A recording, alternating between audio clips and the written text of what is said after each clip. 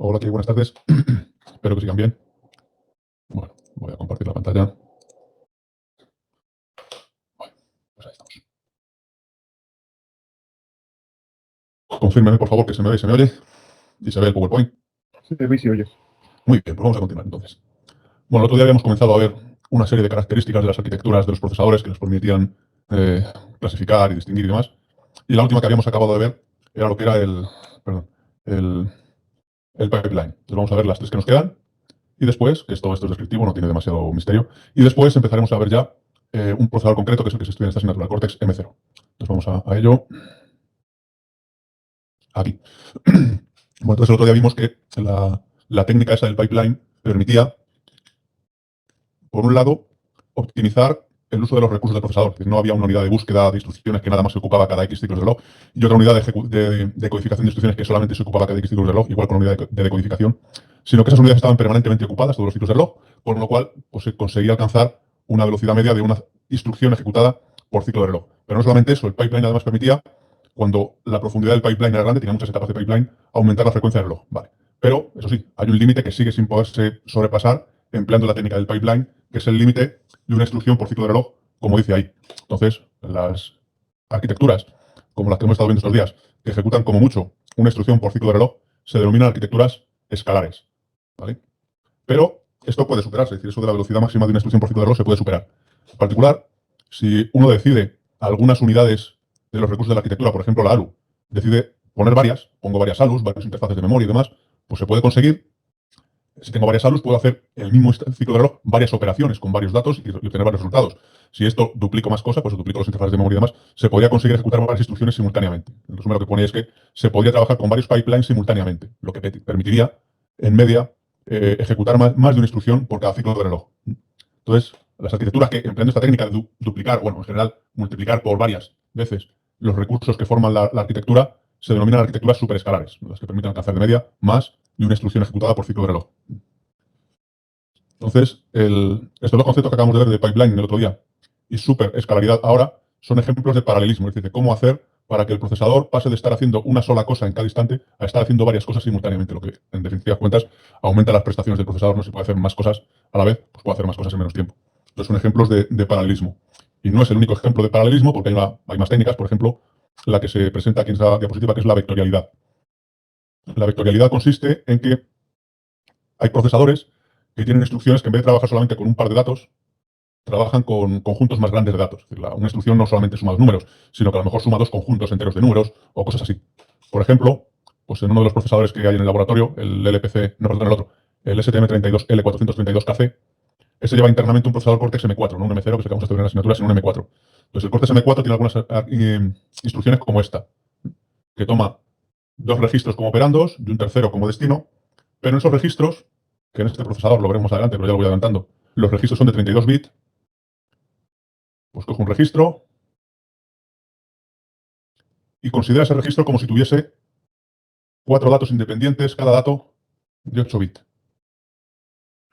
El otro registro, el RI, igual. Y lo que hace es, para cada par de datos de 8 bits que están 4 de esos datos en un registro, calcula la diferencia. Calcula la resta. Número a número.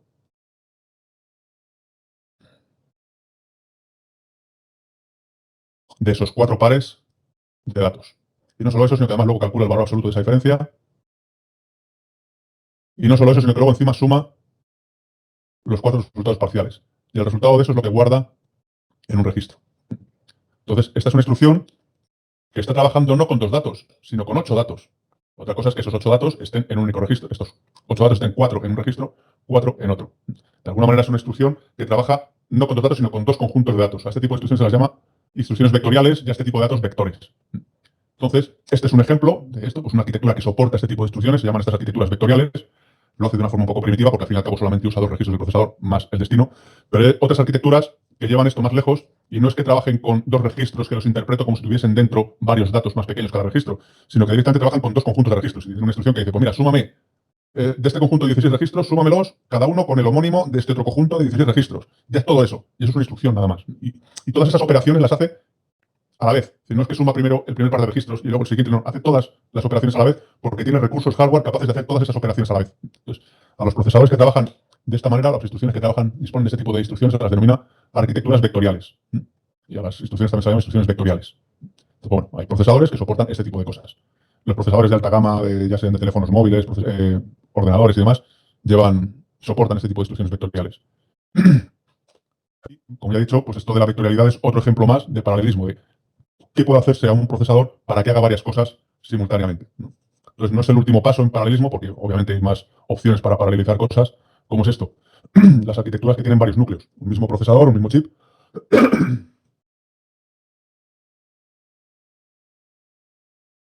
un mismo chip. Vale. Un mismo chip en el que internamente hay varios procesadores que trabajan en paralelo unos con otros, de forma más o menos independientes unos de otros, aunque todos acceden al final a la misma memoria. Entonces, cada uno puede estar ejecutando el mismo programa o programas distintos o diversas partes del mismo programa, depende. Entonces, esas son las arquitecturas que se llaman multinúcleo, que se llama multicore, varios núcleos, ¿vale? Y es, bueno, esto ya lo conocen, los procesadores de los teléfonos móviles y de los portátiles y de los ordenadores y demás son de este estilo. Pues tienen dentro 2 núcleos, 4 núcleos, 8 núcleos o los que sean, y así trabajan. Bueno, hay otro tipo de vectorialidad que serían por las tarjetas gráficas. Las tarjetas gráficas es una especie de array de procesadores que, bueno, pues, también se puede considerar como obviamente es un ejemplo de paralelismo, ¿no? Tener muchos recursos capaces de hacer cálculos, capaces de hacer operaciones, y en el caso de una tarjeta gráfica, pues forman un array y por ahí van pasando los datos. O sea, que en el caso de las tarjetas gráficas se usa fundamentalmente para, pues eso, son tarjetas gráficas para generar imágenes, pero como imagino que saben, se pueden usar para más cosas. Se pueden usar como plataformas para procesamiento masivo y demás. ¿Vale? Bueno, pues esto es lo que iba a contarles de eso, arquitecturas escalares, superescalares y vectoriales. Si no hay preguntas, paso al siguiente asunto, que son las arquitecturas CISC frente a las arquitecturas RISC. Bueno, pues vamos a ver que RISC y CISC son acrónimos. Empezamos por el primero, CISC, que significa ordenador con un juego de instrucciones complejo. El juego de instrucciones es el conjunto de instrucciones de las que el procesador dispone. Entonces, para el procesador de ejemplo del otro día, pues son las instrucciones que vimos, pues que sumo, que resto, que desplazo derechas e izquierdas, y además tengo cargar un registro con un dato que está en memoria, guardar el dato que está contenido en un registro en memoria y saltos condicionales. Ese era el juego de instrucciones, el set de instrucciones que tenía aquel procesador. Como vemos, un juego de instrucciones muy sencillito, con muy pocas instrucciones. Y esto decir significa, pues, ordenador con un juego de instrucciones complejo. Esos son ordenadores o procesadores que tienen, pues, lo que dice ahí, un juego de instrucciones completo, lo que es lo mismo. Muchas instrucciones, que además que son instrucciones complejas. No son operaciones tan sencillas como sumo y ya está, o resto y ya está, o me traigo un registro de memoria y ya está. No, pues son a lo mejor instrucciones como cojo todo un bloque de memoria que hay en una dirección de memoria y me lo copio entero a otra dirección. Ya está. Y resulta que eso lo hace no un programa, sino una única instrucción. Pues eso es una instrucción compleja. Y el procesador que vamos a estudiar en esta asignatura veremos que al final tiene un folio por las dos caras con las instrucciones que ejecuta. Pero vale, será un folio por las dos caras, pero es un folio por las dos caras, tampoco es nada del otro mundo. Hay procesadores que tienen muchas más instrucciones, entonces, y además de este tipo complejas. Entonces, las arquitecturas C son las arquitecturas que se caracterizan por tener juegos de instrucciones con muchas instrucciones y además complejas. No son operaciones tan sencillas como las que hemos visto aquí. Entonces, eso da lugar a que los programas que se generan para esos procesadores son esos programas con menos instrucciones que lo que luego van a venir aquí, que los RISC. Puesto que tienes instrucciones que hacen más cosas, pues necesitas menos instrucciones para resolver el mismo problema. Pero sí, da lugar, por un lado, a un hardware más complejo. Y obviamente, si el procesador del otro día era muy sencillito, que vimos aquí de ejemplo, y por tanto daba lugar a pocas instrucciones y sencillas. Si necesitamos un procesador con muchas instrucciones y complejas, pues se complica mucho más el hardware del procesador. Entonces son procesadores más complejos, pero en cambio da lugar a que el compilador que tienes que usar para convertir lenguaje de alto nivel al lenguaje de ensamble suele ser más sencillo, porque te puedes apoyar en que, caramba, que hay una instrucción que hace no sé qué. Entonces, muchas partes del programa, pues yo que sé, a lo mejor tienes una instrucción que te hace todo, lo relativa a un puntero, te coge un puntero, te lo autoincrementa o decrementa o preincrementa, lo que quieras, y te trae el dato que está en esa edición, y todo eso es una instrucción, además, al final. Entonces, te convierte una línea entera de código a lo mejor en una instrucción en lenguaje de ensamble, o dos. Entonces, es fácil, bueno, fácil. Escribir un compilador es cualquier cosa no es fácil, pero es menos complicado si trabajas con este tipo de procesadores a lo mejor que si trabajas con otros. Y el resultado neto de todo esto es que al final ocurre que la ejecución de programas sobre estas máquinas es más lenta que sobre la siguiente categoría que va a venir a continuación, que son los RISC. Porque, vale, el programa es más sencillo, el programa, mejor dicho, tiene menos instrucciones y es más corto, pero como el hardware es mucho más complicado, es más lento. Entonces, le cuesta más hacerlo. Al final, el resultado neto es que, vale, tengo menos instrucciones, pero tardo más en ejecutarlo, el resultado final tardo más en ejecutarlo. Vale, pues así, estas son las características fundamentales de las arquitecturas CISC. Y existen porque son las primeras que se desarrollaron y sobre todo porque cuando se empezaron a desarrollar los procesadores, tanto procesadores grandes como microprocesadores, en los años 60, 70, en aquella época era más complicado hacer los compiladores, esto era más complicado, que hacer el hardware. Entonces, se programaba mucho en lenguaje de ensamble. Entonces, el lenguaje de ensamble sí tenía mucho sentido poder disponer de instrucciones complejas que hacían muchas cosas porque te facilitaba el trabajo. Y insisto, los compiladores que había, pues hombre, no tenían las prestaciones de los de ahora, era muy complicado programarlos, no se conocía todavía bien la teoría de compiladores, de cómo escribirlos. Entonces, se prefería, la solución en aquel momento tecnológicamente más factible eran ese tipo de arquitecturas. Entonces los procesadores CISC son los que datan de aquella época, que muchos ya están extintos, y otros como los Intel pues todavía siguen heredando aquellos desarrollos. Pero con el paso del tiempo se empezaron a dar cuenta de que había otro enfoque diferente, que era el contrario. Trabajar con procesadores que tienen juegos de instrucciones reducidos. Eso significa pocas instrucciones y que hacen operaciones sencillas esas instrucciones. Esto da lugar a que el hardware del procesador es sencillo, entonces te salen procesadores más sencillos, más pequeños, más rápidos, y en cambio los compiladores son programas más complejos. Para sacar todo el provecho que se puede sacar de la arquitectura sencilla, pues es necesario que el compilador realice más optimizaciones, se dé más cuenta, sea más consciente de alguna manera. No es un compilador no es un sistema consciente, pero bueno, se percate de qué optimizaciones se le pueden hacer al código para que sea más sencillo, para que sea más rápido y demás. Entonces complica el diseño del compilador y en cambio simplifica el diseño del hardware. Da lugar a programas que tienen más instrucciones. Para hacer lo mismo, te hacen falta más instrucciones que con un procesador de estos. Pero a pesar de que te hacen falta más instrucciones, el resultado final es que la ejecución es más rápida. Porque el hecho de que el hardware sea más simple y puede ir más rápido, contrapesa esto de que el programa tenga más instrucciones. Entonces, actualmente la tendencia es que todos los procesadores modernos, o casi todos, van tendiendo a ser arquitecturas tipo RISC. Entonces, esto fue posible, primero, porque se empezó a desarrollar de manera importante la tecnología de compiladores. ¿No? Era posible escribir un compilador muy complejo que optimizase el código y demás. Y segundo, es muy interesante porque al ser procesadores muy chiquititos, paralelizarlos es más fácil. Si el procesador es muy chiquitín, pues poner 8 procesadores iguales que ese, hombre, por supuesto me consume área en silicio, pero poca área porque los procesadores son pequeños. Con los procesadores CISC eso es diferente. Si tengo procesadores muy grandes, hombre, puedo poner varios, pero ya que empieza a ser grande. Entonces, inicialmente, ya lo he dicho, los procesadores empezaron siendo CISC porque era la solución tecnológica más viable en aquel momento, pero luego se han ido mudando a tecnología RISC. Modernamente casi todos son RISC y Intel, por ejemplo, ya he dicho, pues es una tecnología que empezó a evolucionar hace 50 años y como siempre han sido compatibles con el anterior, pues siguen conservando muchas cosas que ya se sabe que no son adecuadas. Entonces, las arquitecturas Intel de 32 bits siguen siendo CISC. Las de 64 ya no. Las Intel de 32 que estaban en pleno auge hace muy pocos años eran arquitecturas todavía CISC. ¿Vale? ¿Alguna cuestión? Las arquitecturas de laboratorio que van a usar en las prácticas de laboratorio que vamos a describir aquí el Cortex M0 son RISC. ¿Vale? Bueno, pues si no hay preguntas, pasamos ya a la última característica de las arquitecturas que vamos a estudiar, que es el acceso a periféricos. Entonces, como ya sabemos, las memorias y los bancos de registros en cierta forma son bastante parecidos.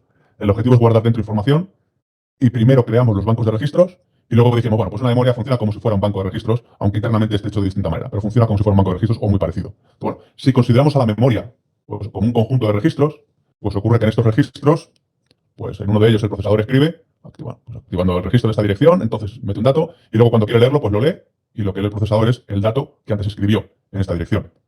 Pero nada me impediría, por ejemplo, coger uno de estos registros y en su salida conectar esto, que no es más que un conjunto de diodos LED.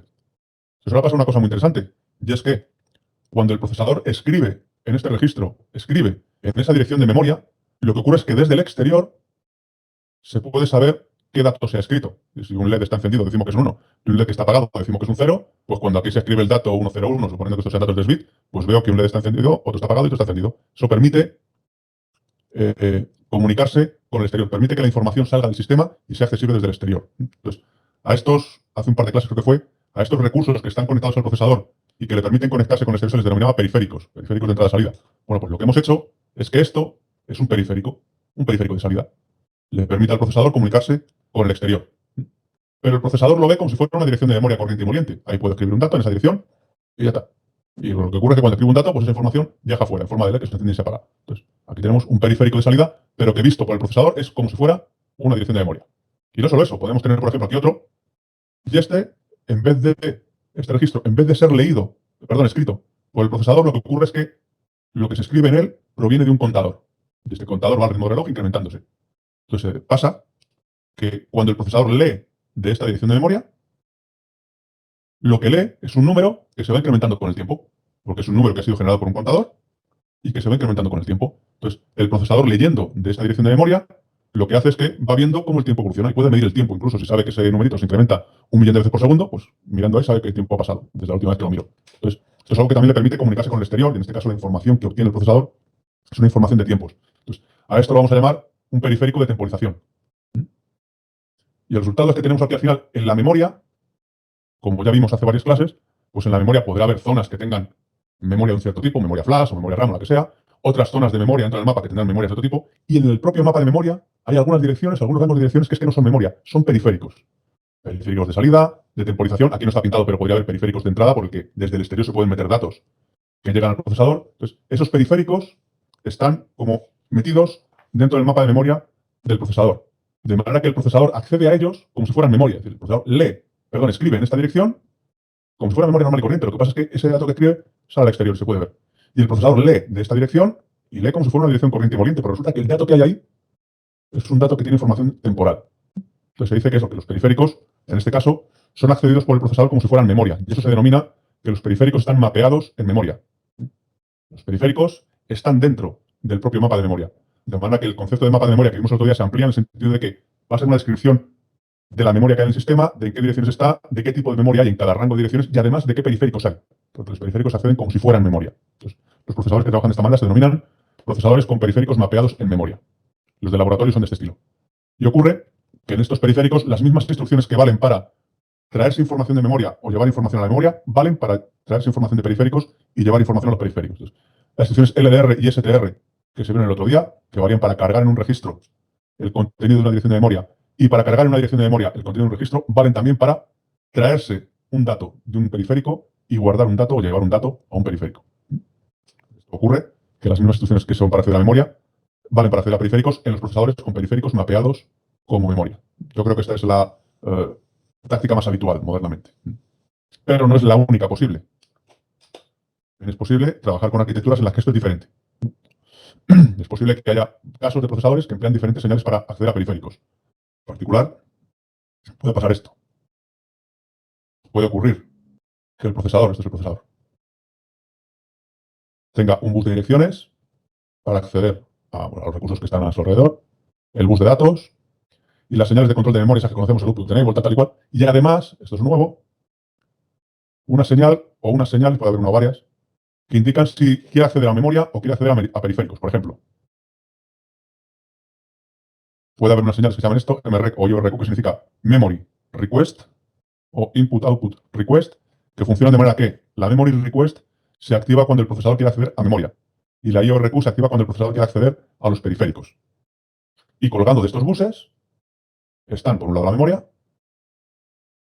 con sus direcciones de datos y sensible a MREQ, y por otro lado, periféricos, con sus direcciones de datos y sensibles a IORQ. De manera que cuando el procesador quiere acceder a memoria, activa esta señal, que está conectada aquí. Activa esta señal. Y entonces la memoria responde. Con la dirección que se le entrega y con el dato, pues la memoria hace lo que tenga que hacer. Y cuando el procesador quiere acceder a un periférico, lo que hace es no activa MREQ, sino que activa la otra, IORQ. Y al activar IORQ, pues los periféricos responden. Miran a qué dirección de periférico quiere acceder, con qué dato, y el periférico que le corresponda hace lo que sea. Hay otra opción, que es que únicamente hay una señal, memory IO, en vez de las dos anteriores, que cuando la señal vale 1 es un acceso a memoria, cuando la señal es 0 es un acceso a periféricos. Entonces, hay procesadores que trabajan de esta manera. Entonces resulta que tienen dos mapas. Un mapa, que es el que se emplea cuando se activa la señal MREQ, que es el mapa de memoria. Entonces, cuando está MREQ activada, lo que sale por aquí son direcciones de memoria. Entonces, en ciertas direcciones de memoria, pues a ver qué hay. Alrededor de siempre flash, SRAM, SDRAM, la que haga falta. Y hay otro mapa, que no es el de memoria, es el de periféricos, que es el mapa que se emplea cuando se activa la otra señal. Y cuando lo que hay colgando del bus, cuando lo que atiende a las señales que salen del bus son periféricos. Entonces, procesadores que trabajan de esta manera, con espacios de direccionamiento separados para memoria por un lado, periféricos por el otro. Y no solo eso, sino que también estos procesadores tienen distintas instrucciones cuando desean acceder a memoria o cuando desean acceder a periféricos. Tienen que ser distintas porque cuando el procesador desea acceder a memoria, hay que activar la señal MREQ. Cuando hay que acceder a un periférico, hay que activar la señal IORQ. Entonces, estas instrucciones cuando se ejecutan, activan MREQ. Estas otras, cuando se ejecutan, activan IORQ. Y está separado, hay instrucciones incluso en lenguaje de ensamble distintas para cuando deseo acceder a memoria o deseo acceder a un periférico. ¿Vale? Los procesadores Intel son de estos. Tienen espacio distinto para memoria y para periféricos y tienen instrucciones distintas para cuando se quiere acceder a memoria o para periféricos. Modernamente, yo creo que interesa más el otro enfoque. ¿Pero por qué son así los Intel? Pues por lo que he dicho antes, porque en los primeros tiempos de esto es que era así. Entonces, porque es lo que en aquella época era, desde el punto de vista tecnológico, más viable. Entonces, en aquella época, pues se hacía así. Luego ya se dio cuenta que, caramba, es más cómodo lo otro. Y la tecnología permitía hacerlo lo otro y que funcionara perfectamente. Entonces, ya los procesadores más recientes trabajan de la otra manera, con periféricos mapeados como memoria. Bueno, continuando con esto, pues ya he dicho, existirá un mapa de memoria y otro de periféricos, que además pueden diferir en el número de direcciones. El mapa de memoria suele ser mucho más grande que el de periféricos, porque normalmente tienes que acceder a una memoria muy grande, pero periféricos no tienes tantos como bytes almacenados en memoria. A lo mejor tienes 4 gigas, 32 gigas, 16, los que sean de memoria, o direcciones de memoria, pero no tienes 32.000 millones de periféricos. Tienes 8, 10, 12, 20, 50, 100, pero no tienes más. Entonces, los mapas de periféricos, en este caso, suelen tener menos direcciones que los mapas de memoria. Y además pueden ser también accesos con menos datos. A lo mejor el bus de datos que va a la memoria es de 32 bits o de 64, pero el que va a los periféricos a lo mejor es más pequeño. Porque los periféricos pues, mueven menos información, depende del tipo de periférico que sea, y no hace falta que sean palabras tan grandes cuando uno se comunica con el periférico. Memoria y periférico pueden compartir buses, ya lo he dicho, pueden estar conectados al mismo bus de direcciones y de datos, pero si uno mira la señal MREC y otro la señal IORQ. Y a esta solución, a este enfoque de acceso a los periféricos, se dice que los periféricos están mapeados en puertos. Y aquí puerto se llama también a la dirección del periférico. Es decir, las direcciones en el mapa de memoria se llaman direcciones y las direcciones en el mapa de periférico se llaman puertos. Entonces, de la misma manera que se dice que una determinada palabra está en una dirección de memoria, se dice que un determinado periférico está en un determinado puerto. Es el equivalente a la dirección, pero en el mapa de periféricos. Se llama puertos. Y en cualquier caso, si uno tiene un procesador de este tipo, que tiene su bus de direcciones, de datos, las MREC y la otra, uno puede coger un periférico, conectarlo a los buses y en vez de conectarlo a la señal IRQ, conectarlo a MREC. Entonces, este periférico responderá cuando el procesador acceda a la memoria. Si está convenientemente diseñado este periférico, pues el procesador no se va a dar cuenta de quién hay al otro lado. Se va a dar cuenta de que accede a una dirección, activando MREC, y del otro lado le responden con algo. Entonces, eso el procesador no se da cuenta, le parece que es memoria, pero verdaderamente está accediendo a un periférico como la transparencia de antes. Entonces, aun en el caso de que se disponga, por tanto, de un procesador con periféricos mapeados como puertos, es posible, si se tiene acceso a sus buses, montarle por fuera periféricos que él los vea como memoria, es decir, ponerle periféricos mapeados en memoria. Esto es una cosa que también se hace muy normalmente. De hecho, que los procesadores de Intel son de esta categoría, de los que trabajan con periféricos mapeados en puertos, pero es posible, perfectamente posible y viable, ponerle periféricos a los que acceda como si fueran memoria. Y de hecho se hace. Porque, insisto, es más cómodo, suele ser más sencillo y si se puede, pues ¿por qué no lo vas a hacer? ¿No? Y te evitas el tener que estar preguntándote si es un acceso a una memoria, periférico, tal. Lo veo todo como si fuera memoria y más simple.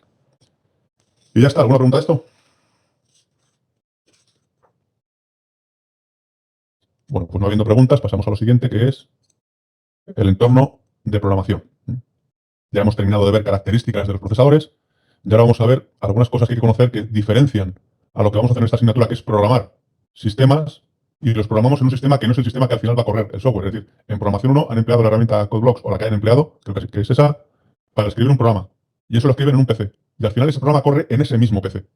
Ese es un escenario, pero aquí el escenario es distinto. Aquí el escenario es, voy a escribir en un programa en el PC, pero el programa no va a correr en el PC. Va a correr en la núcleo o no sé cuántos, o en la otra, en el LPC 1068. Va a correr en un procesador distinto, en un sistema distinto. Entonces, cuando pasa eso, pues la herramienta de desarrollo no es idénticamente igual. Hay algunas cosas que cambian.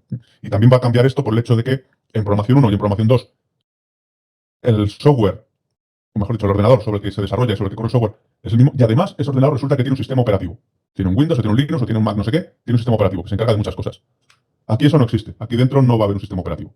Entonces no hay nada que yo pueda decirle, ejecútame este programa y si se ocurre un fallo me lo dices, y me lo cuentas, y me lo sacas por pantalla. Aquí eso no existe. No hay sistema operativo. Entonces, eso hace que también haya que cambiar algunas cosas del ciclo de desarrollo, o de la fase de desarrollo y de cómo trabaja la herramienta de desarrollo. Que no va a ser el CodeBlocks en esta asignatura, va a ser que es el que Microvision 5.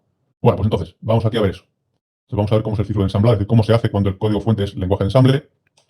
Después vamos a ver una operación que se denomina reubicación y enlazado, que hasta donde yo sé no se la han contado o se lo han hecho, se habrá sido muy brevemente en programación 1. Y lo que es esto, el fichero scatter, que seguramente tenga una traducción al español, pero yo no la conozco. Siempre lo he visto y lo he oído como el scatter file, el fichero scatter. Lo que son los ciclos para cuando se trabaja con lenguajes de alto nivel o cuando se trabaja en un entorno mixto en el que parte del programa está hecho en lenguaje de alto nivel, otra parte en lenguaje de alto nivel, lenguaje de ensamble. Lo que son las librerías y cómo se hace la programación y la depuración de las aplicaciones en un entorno como este, en el que ya he dicho, trabajas sobre una plataforma que no es la que al final va a correr el programa. Entonces, veremos que hace falta unos interfaces de programación y depuración, que son estos dos, y los describiré muy sucintamente más adelante. Bueno, pues empezamos. ¿Cómo se hace cuando se escribe un programa en lenguaje de ensamble? Bueno, pues se escribe simplemente empleando el ordenador en el que estás haciendo el desarrollo. Escribes ficheros con el lenguaje escrito con el programa escrito en lenguaje de ensamble. En el caso del del entorno de laboratorio son ficheros con la extensión .s. Eso significa que es un fichero fuente en lenguaje de ensamble, ¿vale? Y ya sabemos que el lenguaje de ensamble, eso el procesador no es capaz de ejecutarlo. Hay que convertirlo a códigos de operación, a codes. Eso sí es el tipo de instrucciones que el procesador puede ejecutar. Entonces, ese paso del lenguaje de ensamble a códigos de operación lo realiza un programa, una herramienta que se llama el ensamblador. Y la operación se llama ensamblado. Entonces, aquí tienes mnemónicos. Esto tú lo escribes y aquí pone pues ADDS, no sé cuál, o incrementar, no sé qué otra cosa, hacer un salto condicional si pasa no sé qué, a no sé qué otra. Y aquí lo que hay son códigos de operación. Me los estoy inventando, por supuesto.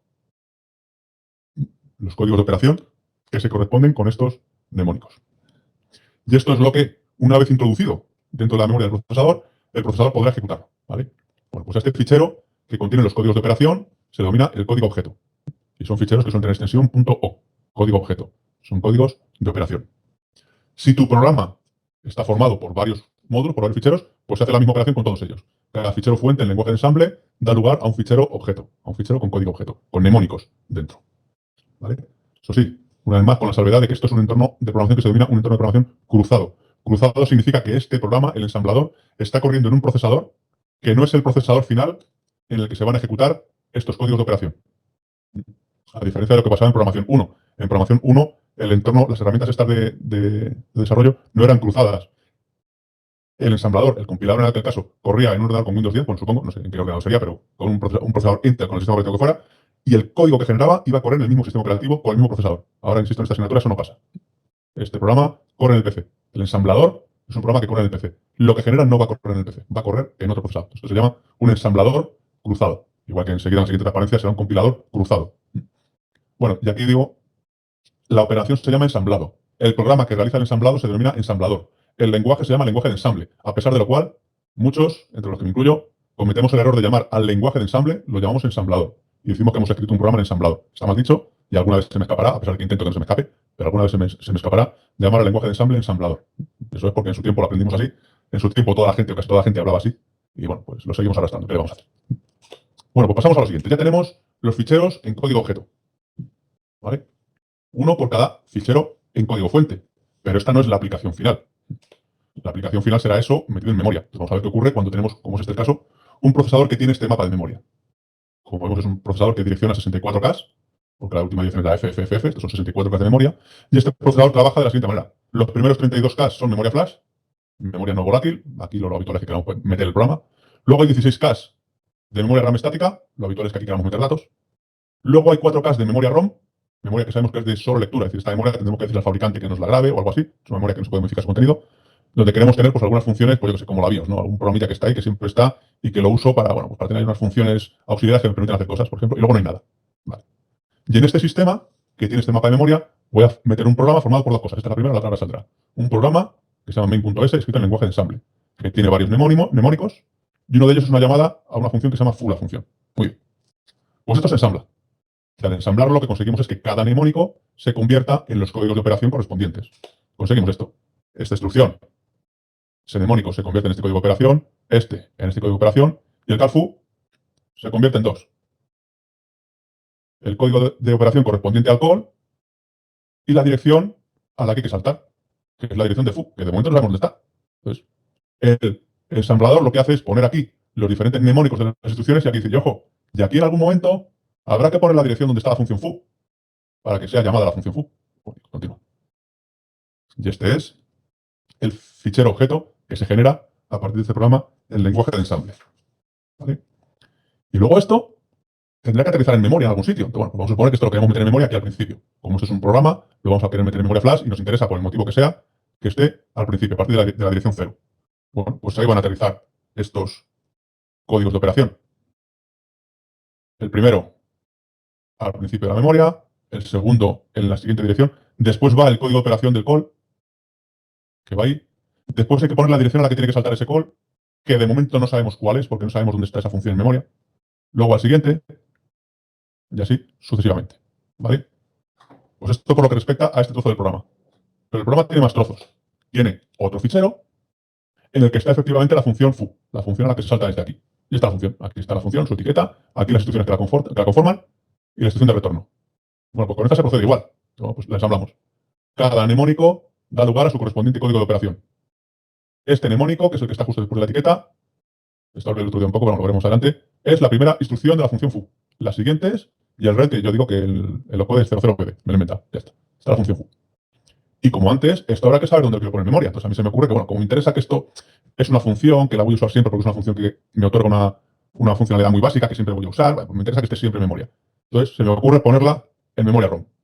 Y la pongo, pues como antes, a partir de aquí. Entonces, la primera instrucción aparece en la primera dirección de la memoria ROM, la segunda me aparece aquí, y este es el red. Este le voy a poner una flechita. El red ha aterrizado ahí. Y entonces, esta dirección es donde está la función foo. La función foo empieza aquí, va ejecutando sus cosas y aquí termina el red. Entonces, ahora ya sabemos dónde está en memoria la función foo, dónde hay que empezar a ejecutar. Instrucciones para ejecutar la función foo, en la dirección C001. Bueno, pues ahora, eso hay que ponerlo aquí. De verdad que de verdad el código que al final termina en memoria tiene que ser este. Aquí ha habido que rellenar esa palabra con la dirección de la función que se quiere ejecutar, con la dirección de la función a la que se quiere llamar. Entonces, aquí, para generar el ejecutable al final, al fin de cuentas, es los bytes que hay que meter en memoria para que este programa funcione. Para generar ese ejecutable ha habido que hacer dos operaciones. Primero, una operación lo que ha salido aquí, que se denomina reubicación. Es decir, voy a coger cada trozo de código, cada fichero objeto, y a ver en qué dirección de memoria los coloco. A algunos me interesará colocarlos en flash, otros en ROM. Si tengo que colocar varios en flash, tendré que saber en qué orden me interesa, por el motivo que sea, y demás. Entonces, esa es una primera operación de reubicación. Saber cada módulo objeto en qué direcciones de memoria va. Y luego está la otra operación que hemos visto antes, la de una vez que ya sé en qué dirección de memoria están todas las posibles funciones, ya puedo resolver todas las llamadas a ellas.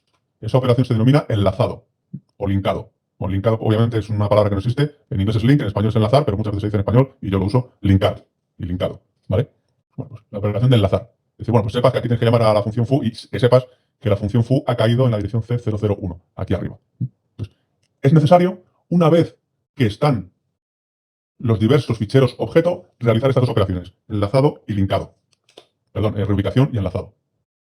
Entonces, cuando llega el momento de montar la aplicación final, es decir, generar el ejecutable que al final hay que meter en memoria, hace falta disponer de todos los ficheros objeto que conforman la aplicación, ¿vale?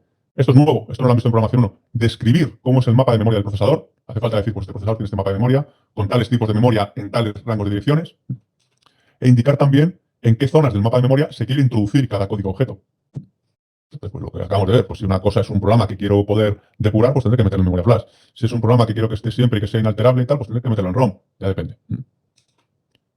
Y para hacer estas dos operaciones, describir cómo es el mapa de memoria de un procesador e indicar en qué zonas se desean ubicar los diversos objetos que forman la aplicación completa, se emplea un fichero que se denomina fichero scatter, que es una descripción textual de cómo es el mapa de memoria del procesador y de qué se puede meter en cada zona de ese mapa de memoria. Y si las zonas son de solo lectura, de lectura y escritura, o qué tipo de zonas son. Una vez que ya se tiene todo eso, los objetos y el scatter file, se puede generar la aplicación. Y esa operación de juntar los diversos ficheros en el objeto y el scatter file y generar el fichero final ejecutable que hay que meter en la memoria del procesador para que corra el programa se denomina la herramienta que lo hace, el enlazador. O el linkador, o el linker en inglés, o el linkador en nada. Pero vamos, que se usa la palabra linkador en español. El enlazador o el linker. ¿Vale? Y bueno, en general, esto lo viene aquí como una cuñita al final, es el conjunto de todas las herramientas que hacen falta para convertir ficheros fuente en el ejecutable y además para gestionar librerías, como veremos a continuación, se llama el toolchain. Entonces, el toolchain está formado por el ensamblador, el linkador, el compilador que saldrá en la siguiente transparencia y otras herramientas para generar librerías que de las que vamos a hablar aquí. ¿No? Entonces, es el toolchain. Entonces, tal y como están las cosas, actualmente es más complicado diseñar un toolchain que diseñar un procesador, a no ser que el procesador que quieras diseñar sea el Nova más. Entonces, mucha gente tiene ideas de caramba, se me ha ocurrido una arquitectura de procesador que sería estupendísima para mi aplicación, tal, no sé cuántos. Venga, la voy a implementar en una tecnología que verán más adelante en las sesiones de diseño digital unidos, lo que sean de electrónica de comunicaciones, en un FPGA y tal. Vale, eso resulta que es relativamente fácil. El problema es, ¿y de dónde saco el ensamblador, el compilador, el linkador, el no sé qué, no sé cuántos? Entonces, eso es mucho más complicado. Entonces, hay algunas aplicaciones modernas en las que uno elige el procesador no porque sea el más adecuado para su aplicación, sino porque es el procesador para el que se dispone de una toolchain con la que sabes trabajar y manejas y controlas. Entonces, bueno, pues que lo sepa. La toolchain del software nos estamos de momento olvidando por completo en esta asignatura, pues alguien me dará todas las herramientas y demás, pero bueno, no siempre pasa eso. Entonces, ya comenté que hay una arquitectura, que es la arquitectura RISC-V, que es una arquitectura libre y tal, que uno puede usar para sus diseños, pero ojo, que tienes que tener el toolchain para RISC-V, que lo hay, pero que te tienes que preocupar del toolchain también. Entonces, una vez visto esto, pues resulta que el procedimiento final para generar el ejecutable, cuando uno está trabajando con ficheros fuente que están en lenguaje de ensamble, es tengo mis ficheros fuente, Cada fichero fuente, una vez ensamblado, haciendo uso del ensamblador, lo convierto en un fichero en código objeto. Escribo mi scatter file que describe cómo es el mapa de memoria del procesador y en qué zonas de este mapa de memoria quiero meter cada cosa. Y un programa coge esas cosas, los ficheros objeto y el fichero scatter, y genera el ejecutable.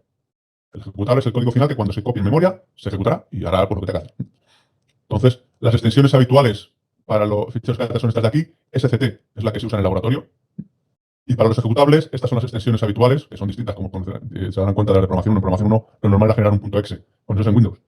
En estas aplicaciones, lo normal es generar un fichero ejecutable con alguna de estas extensiones. En el laboratorio es AXF o bin, las que se van a emplear en el laboratorio. ¿Vale? Y el programa que realiza esta fase final de generar el ejecutable se denomina eso, el linker o el enlazador, o el linkador, en Spanglish o como sea esto. ¿Vale? Entonces, esta parte supongo que no la han visto en programación 1. En programación 1 se han limitado a escribo mi programa en C, le doy a un botón y aquello resulta que al final el disco duro es inejecutable. Ya está. El caso es que en este laboratorio van a funcionar de una manera similar. Van a coger la herramienta que es Microvision 5 y van a picar un botón y aquello va a generar el punto .bin o el punto .xf. Bueno, la verdad es que genera los dos. Y ya está. Pero que sepan que ha hecho esto. Ha hecho varios pasos. Primero ha ensamblado, luego ha linkado. Y además ha necesitado un fichero de scatter que dirán, pues yo no me he enterado. Vale, no te has enterado porque ya te lo han hecho. En las prácticas de laboratorio, el fichero de scatter te lo han hecho. No porque nosotros lo hayamos hecho, sino porque la propia herramienta que es Microvision 5 es una herramienta suficientemente avanzada como para que tú le digas, oye, es que esta aplicación la quiero compilar para que la quiero correr sobre un procesador STM32, no sé qué, no sé cuántos tal. Pues cuando le dices eso, él ya sabe cómo es el mapa de memoria de ese microcontrolador y ya genera automáticamente el fichero de scatter, no te preocupas. Pero en algunos casos en los que tú, por lo que sea, modificas el mapa de memoria, porque por ejemplo trabajes con un microcontrolador que tiene los buses disponibles al exterior y tú en esos buses que están disponibles pones la memoria por fuera que se te antoja, pues ahí sí tienes tú que escribir cómo es la memoria que le he puesto, si tienes que modificar el fichero de scatter o crearlo. Pues sepan que eso el fichero de scatter es una cosa que cuando se trabaja con sistemas empotrados suele haber que hacer. Aunque insisto, esta asignatura en el laboratorio no les va a hacer falta, pero sepan que está. O sea, aunque no tengan que escribirlo, sepan que está y que alguien se ha preocupado de generarlo, de incluirlo en los proyectos y demás. Y que cuando dan al botón de build, que monta la aplicación completa, está ocurriendo todo este fenómeno, todo este proceso de primero ensamblar, luego reubicar, luego enlazar, haciendo uso de un fichero de scatter. ¿Alguna pregunta de momento? Bueno, pues vamos a ver ahora y cómo se hace cuando ya no es en ensamblado, sino que cuando ya estoy trabajando en un lenguaje de alto nivel, como se hace o C++.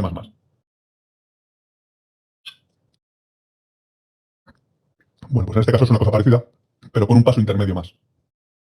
Y es que se parte de los ficheros en código fuente de alto nivel, en C o en C++, y primero se hace una operación que consiste en traducir eso al lenguaje de ensamble.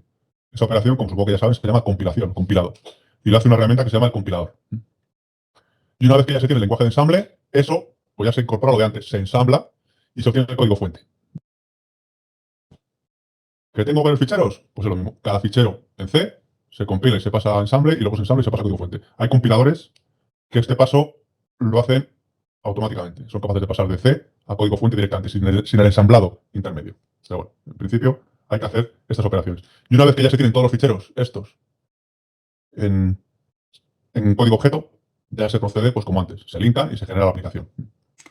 Y luego está el caso mixto, que es ¿y qué pasa si parte de mi programa está escrito en C y otra parte está escrita en el lenguaje de ensamble? Bueno, pues ya se lo están imaginando. La parte que está escrita en C se compila y sale en lenguaje de ensamble y luego se ensambla y sale código objeto. Y la parte que está escrita directamente en el lenguaje de ensamble, pues ensambla y se tiene el código objeto.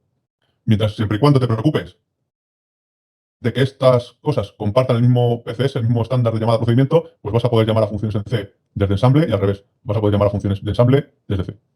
Bueno, ya no sé qué he dicho, pero que se puede de uno al otro llamar a funciones y demás. Y una vez más, todos los ficheros objeto se acaban linkando y generas la aplicación. ¿Estamos? Bueno, pues visto esto, vamos a pasar a ver qué es esto de las librerías. Librerías de las que van a hacer uso en el laboratorio, porque en la práctica creo que es en la 2, no me acuerdo bien, se les exige que trabajen con librerías. Y no solo que trabajen con ellas, sino que generen una librería. Entonces, el plan es el siguiente. Tengo una aplicación que quiero ejecutar, quiero construir y quiero ejecutarla. La hago en C, en ensamble, como sea. Aquí directamente esto de traducción significa que, bueno, si es C la compilo el ensamble, si es S solamente el ensamble, es decir, la convierto, la traduzco a código objeto y quiero linkar. Muy bien.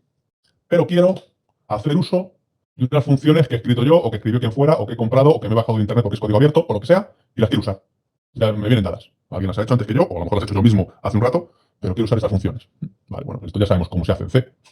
Estas funciones pues se traducirán, es decir, se compilarán, se hará sobre ellas lo necesario para generar el código objeto, y al final se acaban linkando con todo lo demás.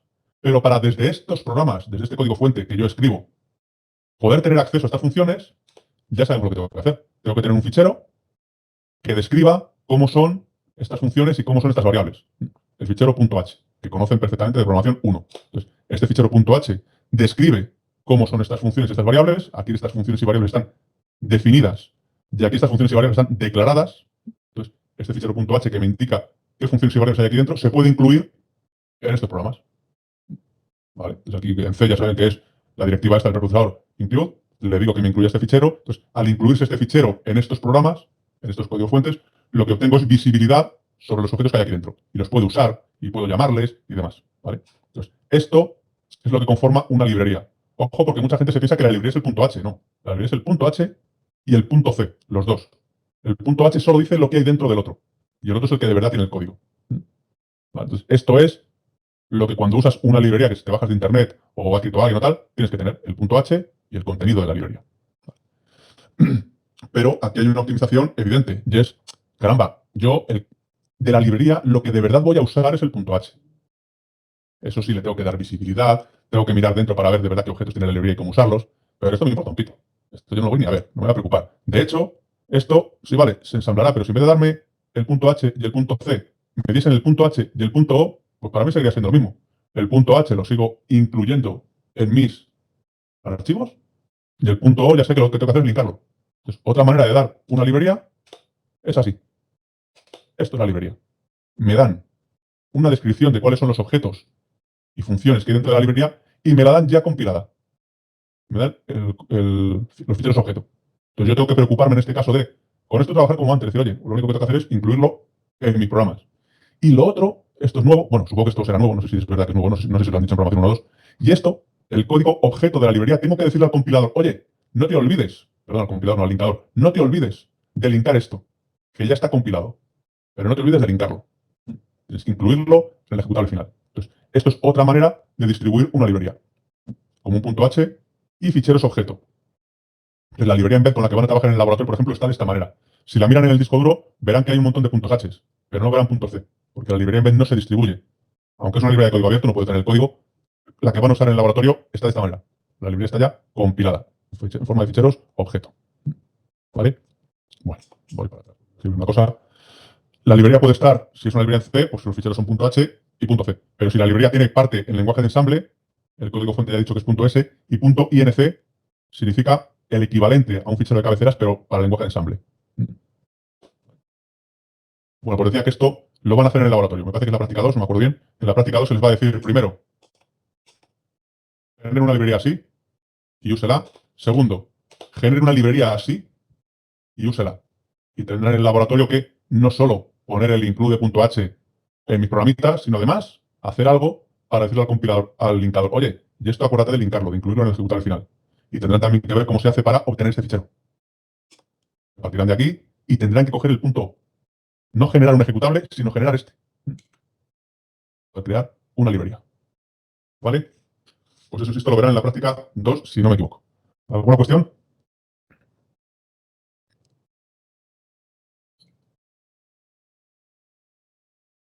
Vale. Bueno, las librerías faltaba aquí esto.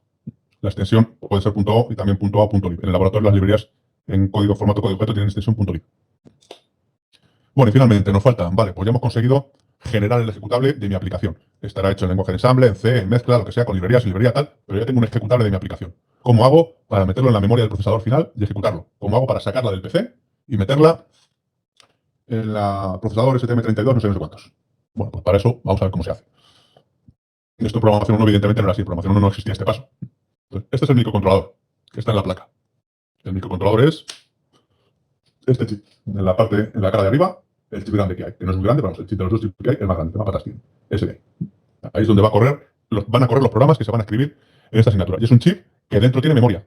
Es un microcontrolador, tiene el procesador, tiene memoria y tiene periféricos. Entonces, dentro tiene la memoria. Y tiene memoria no volátil y memoria volátil. El programa querremos meterlo normalmente en la memoria no volátil, en la flash, para que cuando le retiremos la alimentación y lo volvamos a conectar, el programa siga estando dentro. Bueno. Y además de eso, tenemos un ordenador, que es el ordenador sobre el que estamos haciendo el desarrollo, sobre el que estamos programando, el programa con el que interactuamos nosotros. Entonces, estos dos contrincantes tienen nombre. El ordenador sobre el que se hace el desarrollo se llama el host, con el que se trabaja. El procesador sobre el que va a correr la aplicación final se llama el target. Vale. Y de alguna manera hay que comunicarlos. Entonces, la comunicación pasa por lo siguiente. Dentro del propio microcontrolador, dentro de este propio chip, hay una interfaz de programación y depuración, que permite desde el exterior comunicarse, por ejemplo, con la memoria y meter en esta memoria programas y meter datos y sacarlos si hace falta para analizarlos, ¿vale? Y el protocolo de comunicación es que emplea esta interfaz de programación y depuración para comunicarse con el exterior, se llama esto, JTAG o JTAG o SW. Después en la siguiente transparencia se habla un poquito de ellos, ¿vale? Pero esta interfaz no es una interfaz que normalmente dispongan los ordenadores, los PCs. Tú te compras un portátil de la marca que sea y no tiene una interfaz JTAG para esto. Entonces hay que añadírsela. Entonces se le añade con una interfaz de comunicaciones, que ya va fuera del microcontrolador, que tiene por un lado una interfaz JTAG o SWD y por el otro lado una interfaz propia de ordenador, como puede ser un puerto USB o un puerto serie o Ethernet o Wi-Fi o lo que sea. Entonces, aquí tengo uno de esos, este cacharro. Esto tiene por un lado un conector USB, por ahí se conecta al ordenador con el que se esté trabajando. Y por el otro lado tiene un cablecito pequeñín, bueno, a ver, ahí, eso, que es el que se conecta a través, mediante esa interfaz JTAG o SWD, al procesador al target con el que se quiere trabajar. Tengo aquí, por ejemplo, esta tarjeta. Una tarjeta que he hecho, en la que va aquí un procesador de un determinado tipo. Es un procesador Atmel, no me acuerdo cuál, Atmel SAN 4L, no sé qué. Un procesador, el que sea.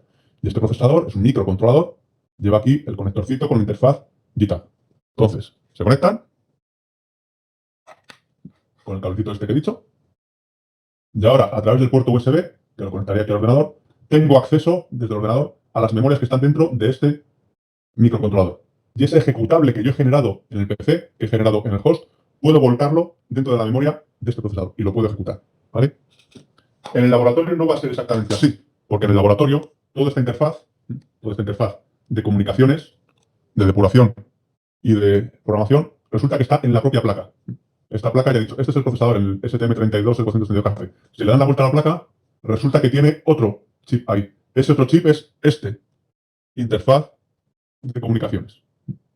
Y de ese otro chip ya sale el puerto USB, que es el que va al ordenador. ¿Estamos?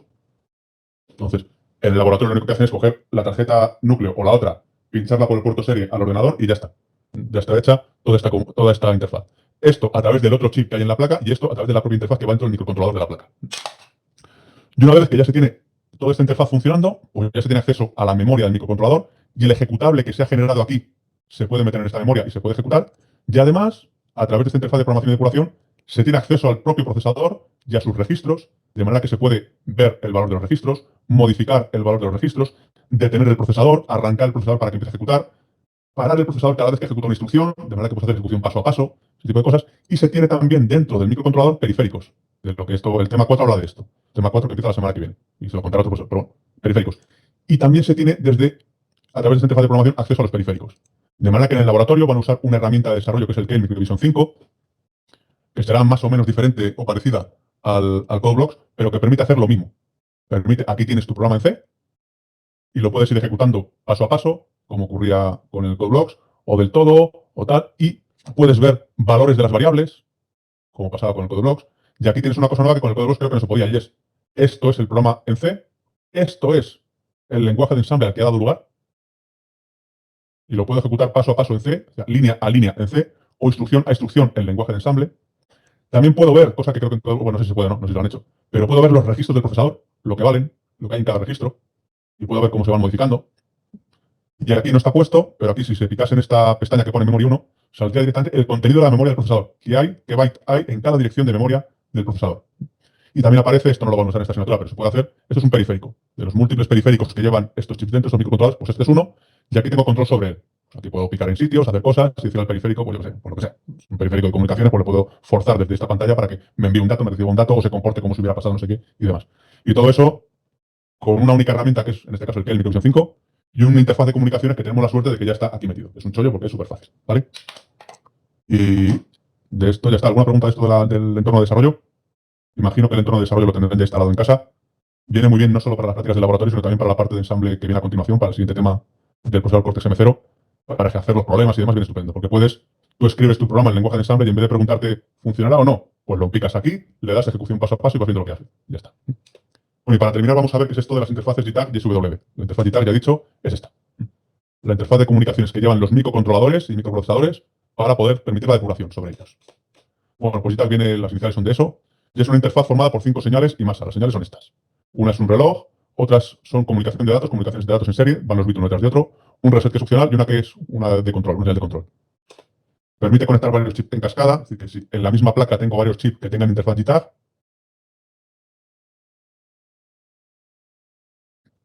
pues los puedo conectar en cascada.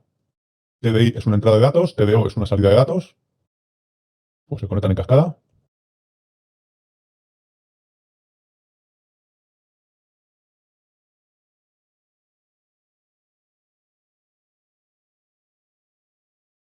Y a través de una única interfaz JTAG puedo acceder, depurar todos los chips con interfaz JTAG que haya en la placa, ¿vale? Este he puesto 3, pero podrían ser los que fueran. Y el resto de señales, TCK, TMS y TRST, van las 3 a todos los chips. Bueno, y a través de esta interfaz se puede, en cualquiera de los diversos chips conectados a esta cadena, acceder a sus memorias internas, depurar sobre ellos, es decir, acceder a sus memorias, a sus registros, a sus periféricos y demás. Dice aquí que esto... Ay, perdón. Lo dice, pero lo escribe. Y además esta interfaz tiene una ventaja más, y es que estos chips tienen pines. Bueno, pues a través de esta interfaz digital se puede saber a qué estado, a qué nivel lógico se encuentra cada pin y también fijar valores lógicos en pines. Y eso permite cosas tales como si, pues resulta que en este circuito, en esta placa de circuito impreso, este pin de este chip está unido por una pista a este pin de este otro chip, pues es evidente que los dos, como están unidos con una pista, tienen que estar siempre al mismo nivel lógico. Bueno, pues la interfaz digital te permitiría, por ejemplo, fijar de forma controlada por ti desde el exterior que aquí quieres tener un 0 y ver a qué nivel está este pin. Si todo va bien, si esta pista existe, aquí también deberías ver un 0. Si no ves un 0, es que esta pista tiene que estar rota. Entonces, eso te permite incluso verificar que la placa de circuito impreso está bien hecha y que las soldaduras están bien hechas. Entonces, la interfaz STATITAC permite depurar cada chip individualmente lo que tiene dentro e incluso verificar la interconexión entre ellos en una misma placa de circuito impreso. ¿Vale? Prácticamente cualquier chip moderno digital mínimamente complejo tiene esta interfaz que permite hacer estas cosas, entre otras. Y por supuesto, los microcontroladores tienen todos una interfaz, ya sea JTAG o la que viene a continuación, la SW. Y luego está el otro tipo de interfaz, pues que es la utilidad que tiene es la misma, cambian algunas cosas. En particular, es una interfaz más sencilla, solo tiene dos señales y masa. SVDIO y SVCLK. Este es un reloj y estos son unos datos bidireccionales. Está pensada para conectar varios chips. Se pueden conectar varios chips como antes, pero en este caso es en cascada. Perdón, en cascada, en estrella, en que estoy pensando. Las señales SVDIO. Yo creo que esto está aquí escrito al revés. Me parece que es SVDIO. Luego lo contrasto, me parece que ahí lo he escrito al revés.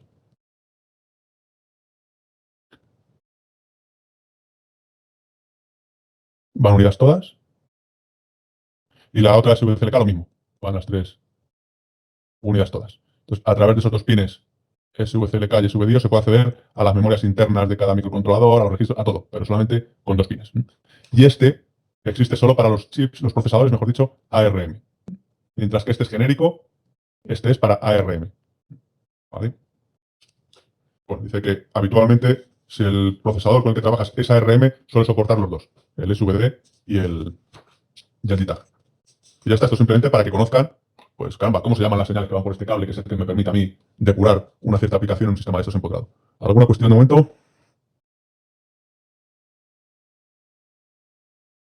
Bueno, pues si no hay cuestiones, cambiamos de tema, porque aquí termina el tema 2 de la asignatura y empieza el 3, en el que vamos a ver los procesadores, un procesador ARM en particular, el Cortex M0. Entonces, primero vamos a ver quién es ARM y, bueno, luego a particular a ver qué tipo de procesadores tiene y demás. Entonces, ARM es una cosa que surge en los años 80. En los años 80 se produjo posiblemente el primer boom de la informática doméstica. Es decir, en las casas la gente empezaba a querer tener un ordenador. Entonces aquello empezó, pues no sé exactamente con qué ordenador sería, si con el Sinclair ZX81 o con el que fuera, pero empezó a haber ordenadores para tener en casa.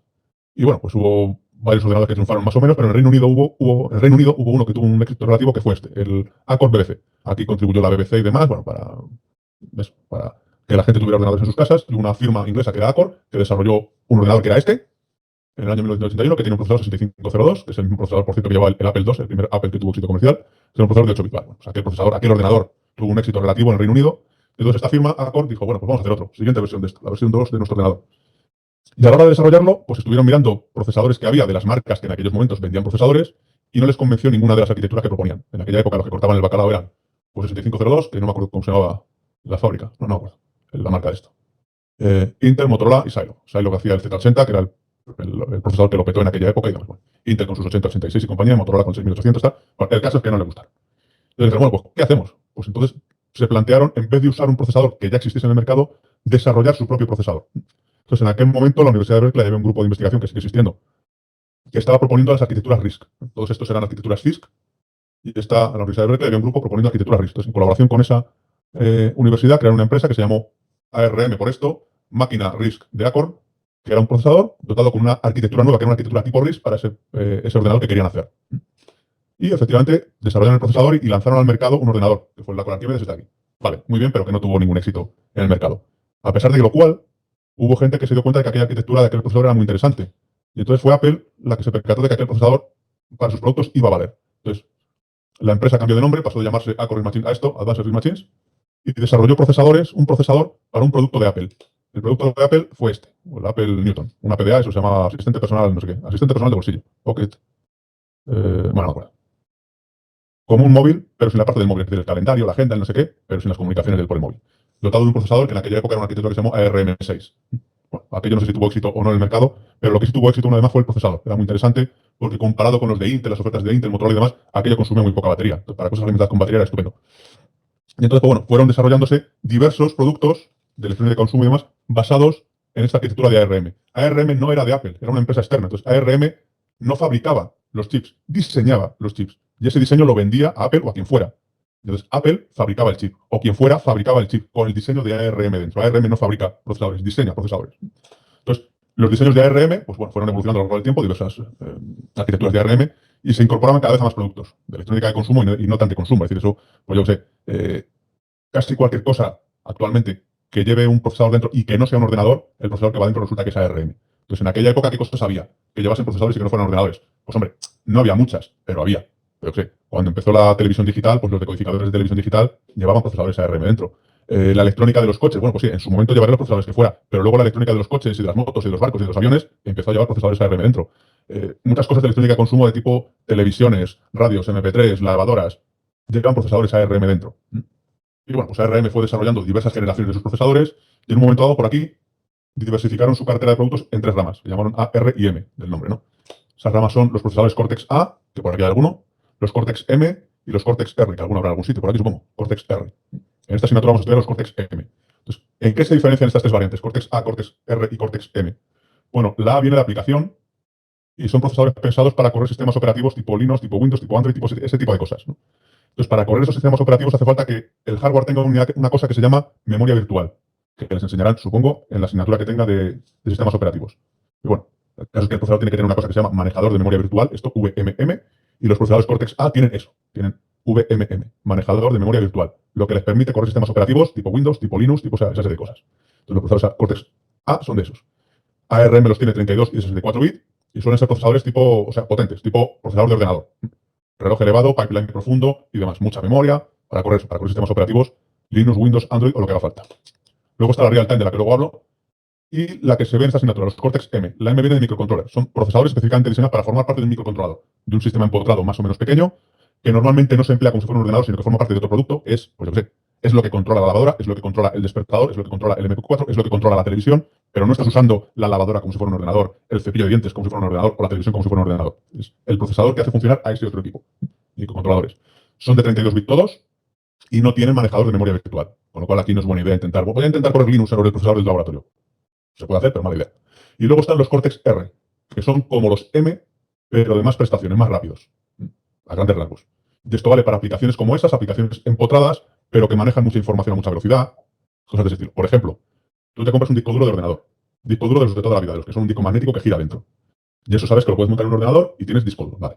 Dentro de ese disco duro hay un procesador que se encarga de hacer que eso funcione. Puede ser uno de estos.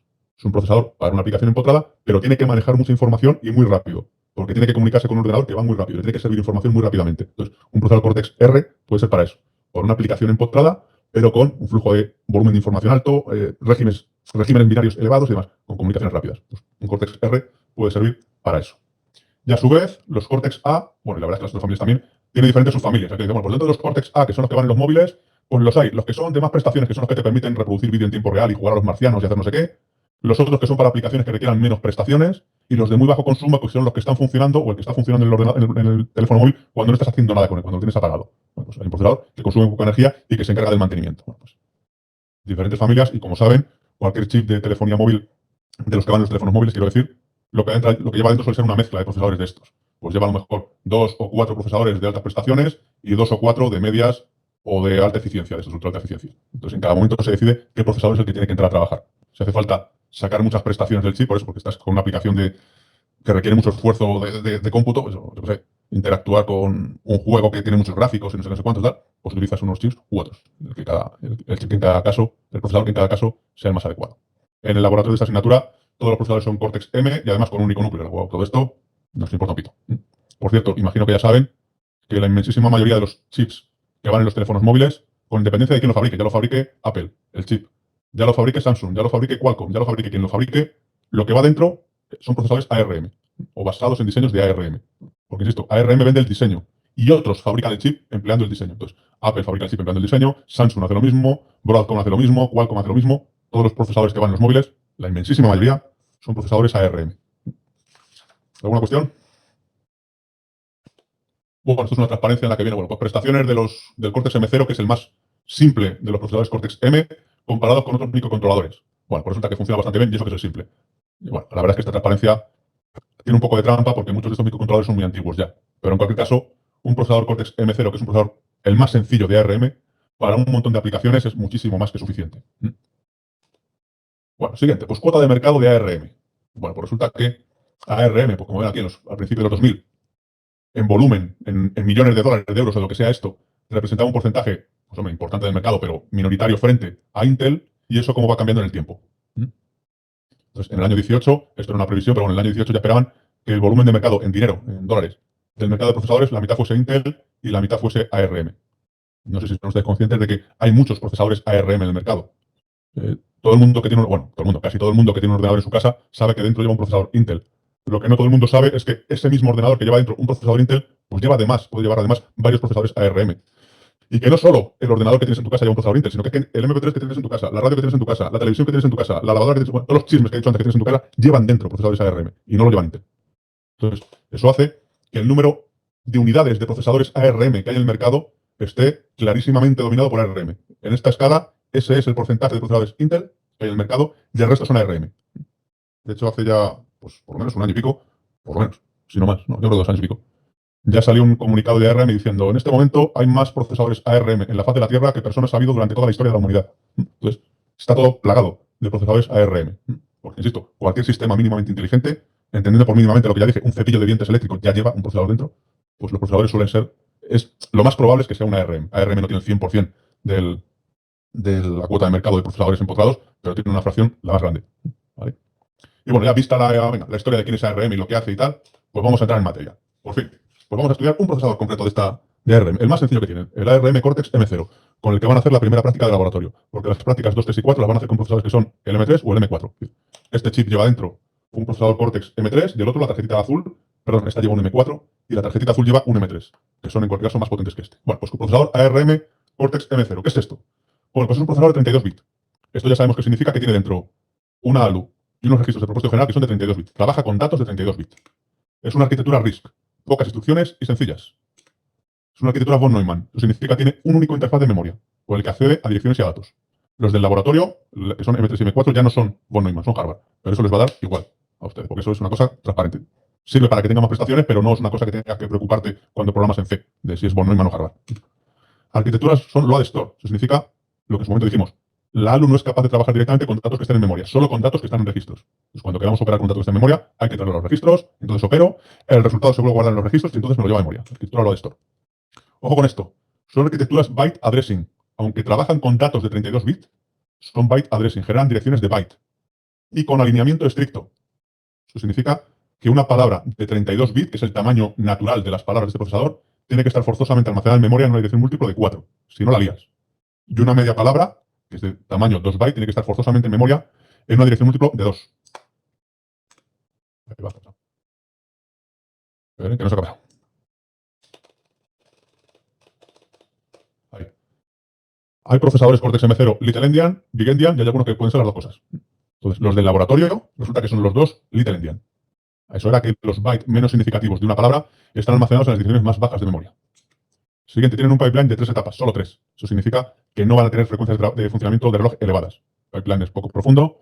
Los del laboratorio creo que tienen entre 90 y 100 MHz, si no recuerdo mal, de frecuencia de reloj, frente a los gigahercios que tiene un ordenador un procesador de los que va en un ordenador o en un móvil. Es una arquitectura escalar, como mucho, una instrucción por ciclo de reloj de media. Con periféricos mapeados en memoria. Es decir, la memoria y los periféricos comparten el mismo mapa y las mismas instrucciones del lenguaje de ensamble para acceder a ellos. Y el mapa de memoria ocupa 4 GB, que es lo que corresponde a 32 bits.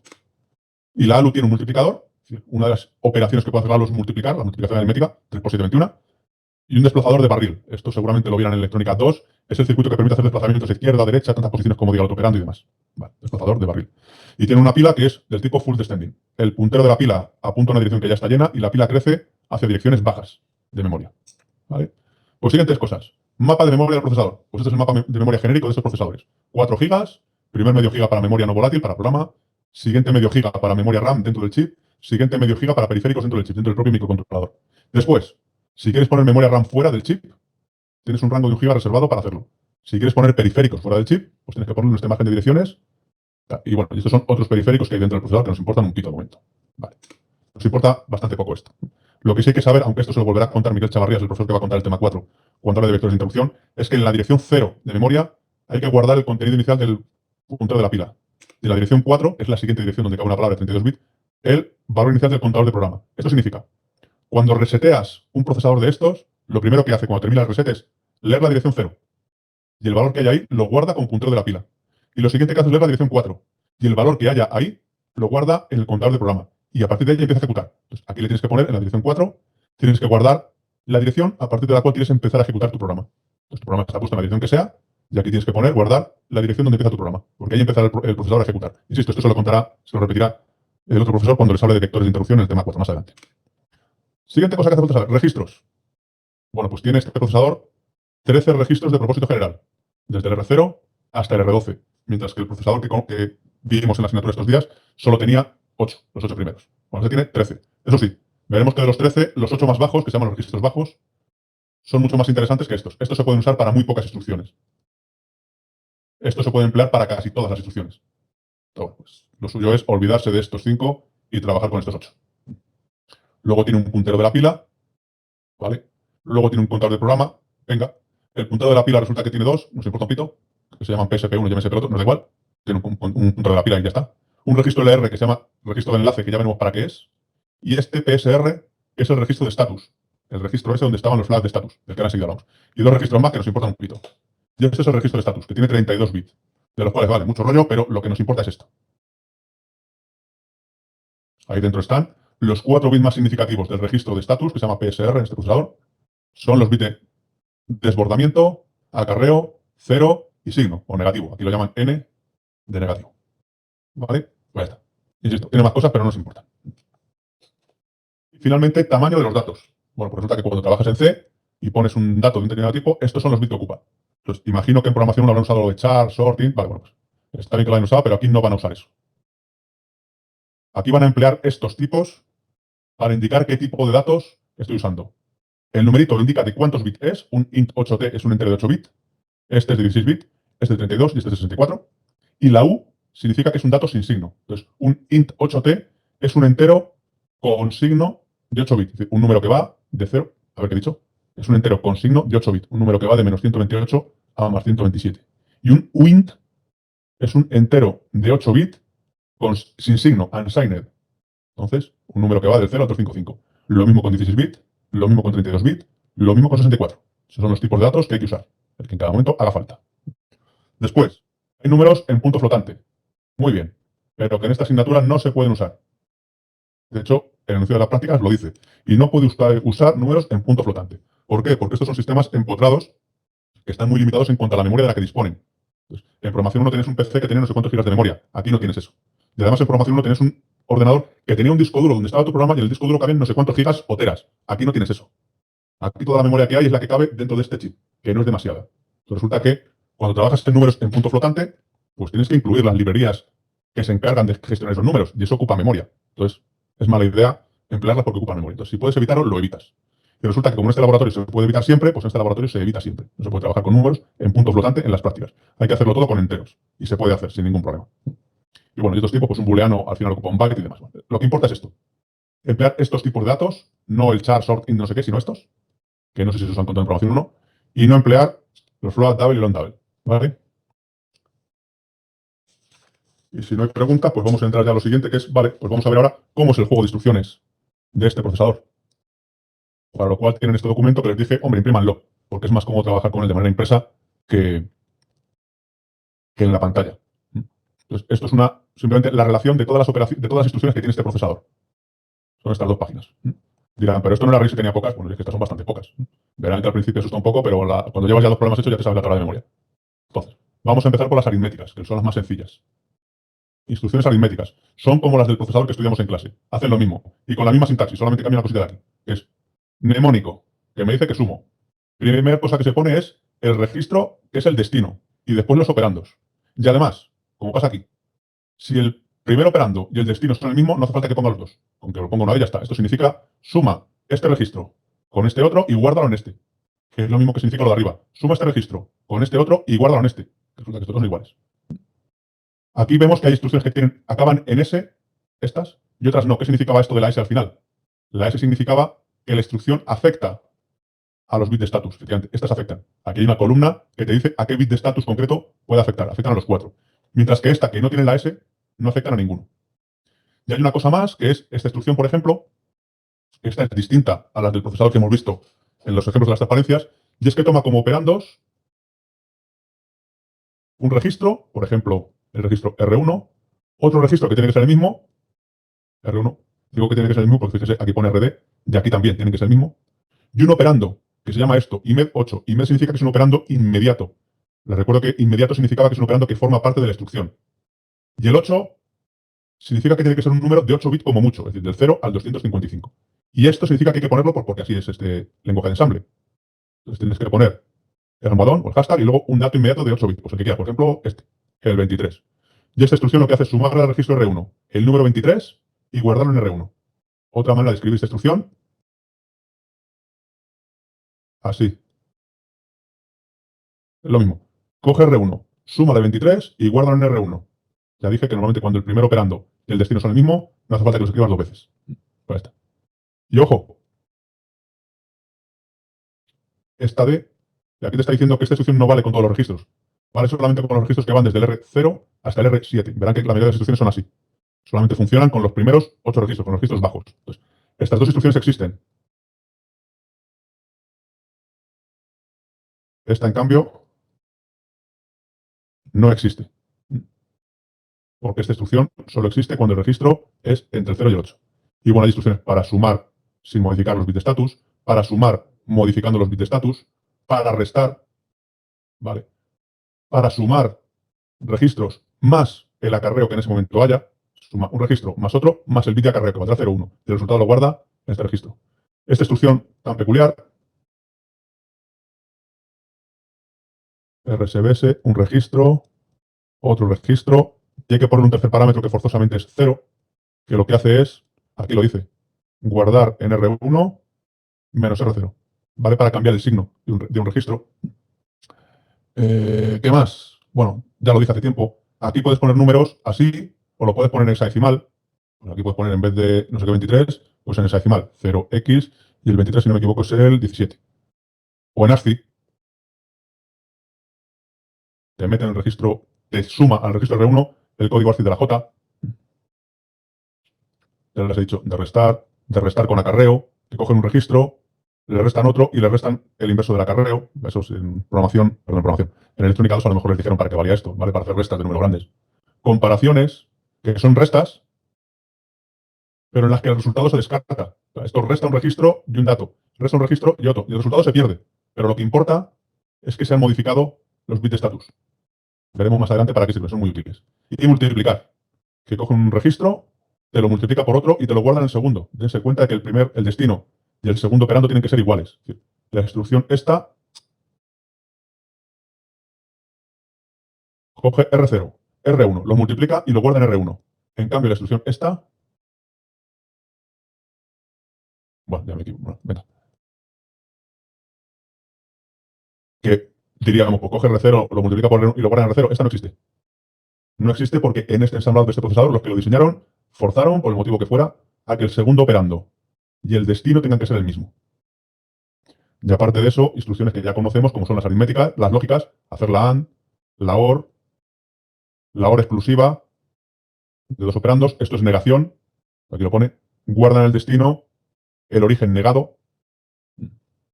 VIX, que hace esto, coge un operando y hace la AND con el otro negado. Hay algún ejercicio en el que aparece esta instrucción y lo guarda. Y TST, que hace la AND entre dos registros.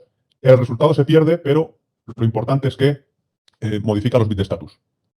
Y finalmente, los desplazamientos de todos los sabores que conocemos. Aritmético a derechas, entre un registro y un operando, o entre dos registros. Lógico a derechas, lo mismo entre un registro y un operando inmediato, o entre dos registros.